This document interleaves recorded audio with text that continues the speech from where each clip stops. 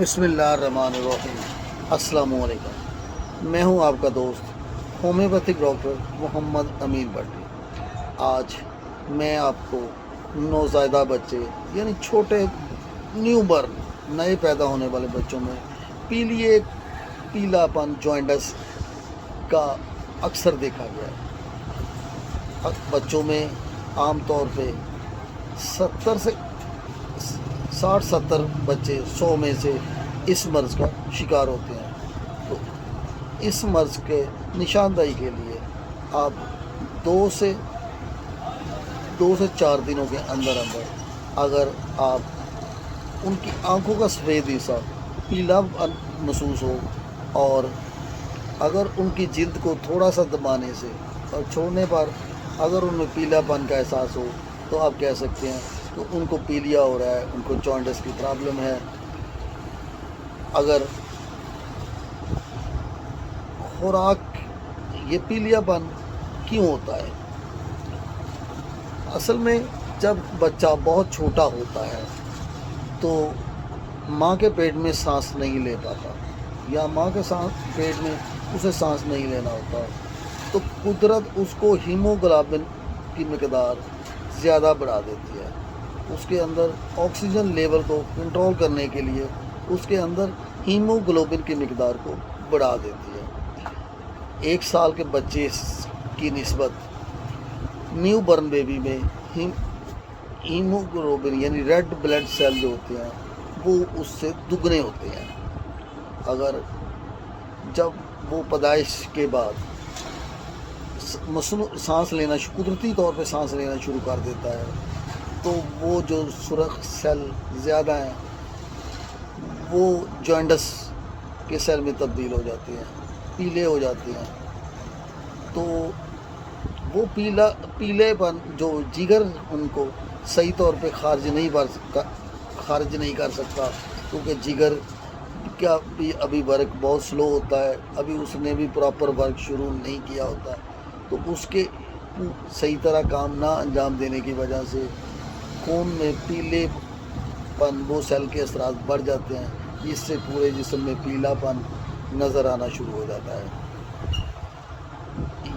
چونکہ بچہ اگر پیشاب کی مقدار اس کی زیادہ ہو یعنی 6 سے 8 بار دن میں پیشاب کرے تو یہ بیوروبلین کے سیل کو وہ خارج کرتا ہے، جس سے پیلے پن میں مدد ملتی ہے۔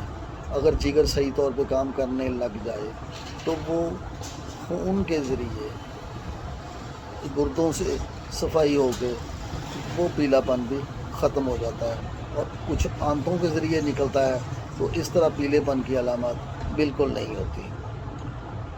ماں کے خون کا بچے کے خون سے میچ نہ کرنا بھی ایک وجہ ہے، اس سے بھی پیلیا پن ہونے کے چانس زیادہ ہوتے ہیں۔ یا ماں کے بچوں میں جو پہلے بچوں میں بھی اگر پیلیا پن کی علامات پائی جائیں تو آنے والے نئے بچے میں بھی ایسی علامات ہو سکتی ہیں۔